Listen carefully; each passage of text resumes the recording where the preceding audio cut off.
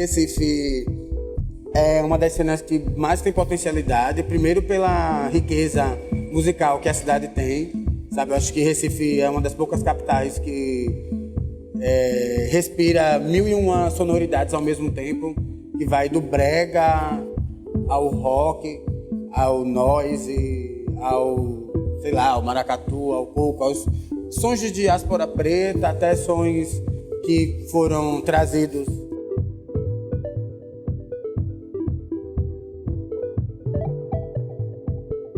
Eu acho que a Infecciosas foi a primeira festa a implementar a política de transfree, né? No Brasil, eu não gosto muito de falar isso, porque as coisas assim, as percussoras. Eu me chamo Eduardo D'Antona, o pessoal aqui em Recife me conhece como Dude. Eu tenho 40 anos. Eu comecei a tocar aqui em 1994, faz muito tempo. Recife, dos últimos 3, 4 anos pra cá, vem numa pegada muito boa sonora musical de produtores. Então, tanto alguns produtores que usam essa questão da nossa cultura como um fator para agregar a riqueza sonora, certo? De usar um tambor de maracatu ou uma caixa de frevo no meio da música, quanto na galera que segue a linha mesmo do techno, do house, e as coisas estão indo muito boas. É esse surubão de referências que vai de eletro a techno, a house, e a galera que é muito houseira também, mas ao mesmo tempo tem muita gente aqui que pede por techno, tá ligado? Aqui. E assim, falando da Hypnos, pelo menos, a gente sempre tenta trazer esse desafio sonoro, né? Tipo, sempre buscando dar espaço para quem tem pesquisas dissonantes, mais experimentais, tá ligado?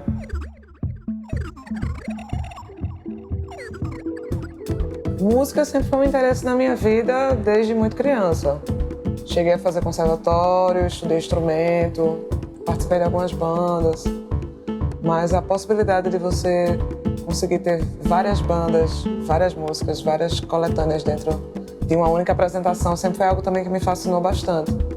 Diante do que era colocar-se para tocar. E havia uma dificuldade, ainda há, mas acho que essa dificuldade ela vem mudando de caráter, assim. Mas havia uma dificuldade quando a gente começou esse momento de encontros, em 2014, por aí.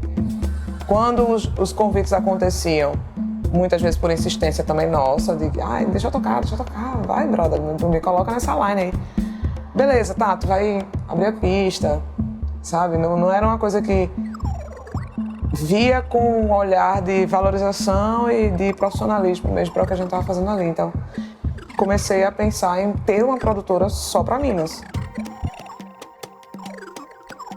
A N-Bomb inicialmente surgiu quando a gente sentiu necessidade de existir esse local de acolhimento para com o nosso público, um local de celebração dos nossos corpos, das nossas vivências, um local de acolhimento onde a gente se senta abraçada, se senta bem, sabe, confortável. Acredito que com a visibilidade que eu tenho aqui em Recife, o reconhecimento todo, eu já tenho esse potencial e eu vou usar ele não só a favor da minha festa, a favor de mim, a favor também de outras pessoas. Isso eu falo também sobre empregar, sabe? Empregar pessoas trabalhando com DJ, enquanto bilheteria, enquanto bar, sabe? Dar oportunidade desses corpos e fazer desse rolê o nosso rolê. Eu costumo dizer que toda pessoa que é realmente questionadora, ela vira clubber, tá ligado? Então, se a gente começar a instigar esse questionamento na cabeça das pessoas, por que o artista que fez aquela arte pensou isso? Por que o performer que se expressou daquela maneira pensou isso? Para, tipo assim, diminuir a distância entre o artista e o espectador, criar essa parada de admiração mesmo, para a partir daí a gente conseguir criar um ecossistema saudável para a parada. E o nosso principal é a oficina de mixagem, tá ligado? Porque sem DJ não tem cena.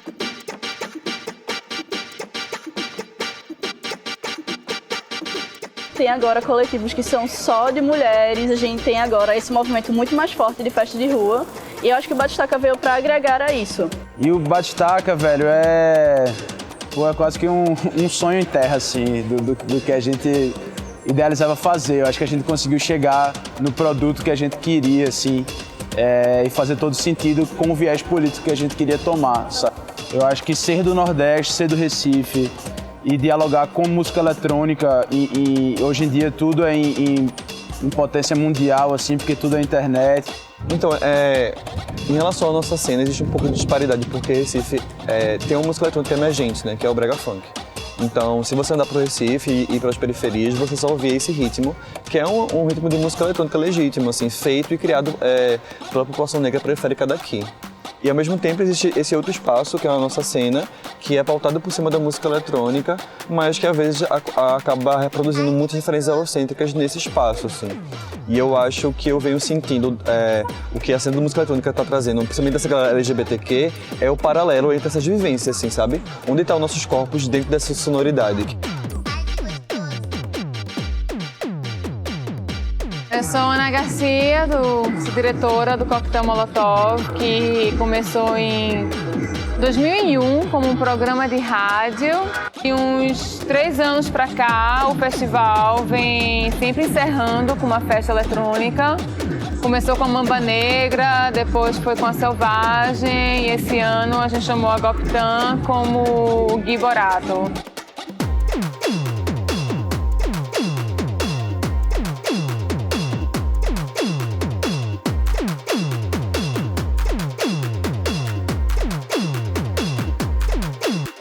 E Recife é uma cidade bem negra, né? Porque Recife é uma cidade que... O grande babado dela, assim, é que as coisas que tem lá, elas se mantêm... As que tem hoje, né?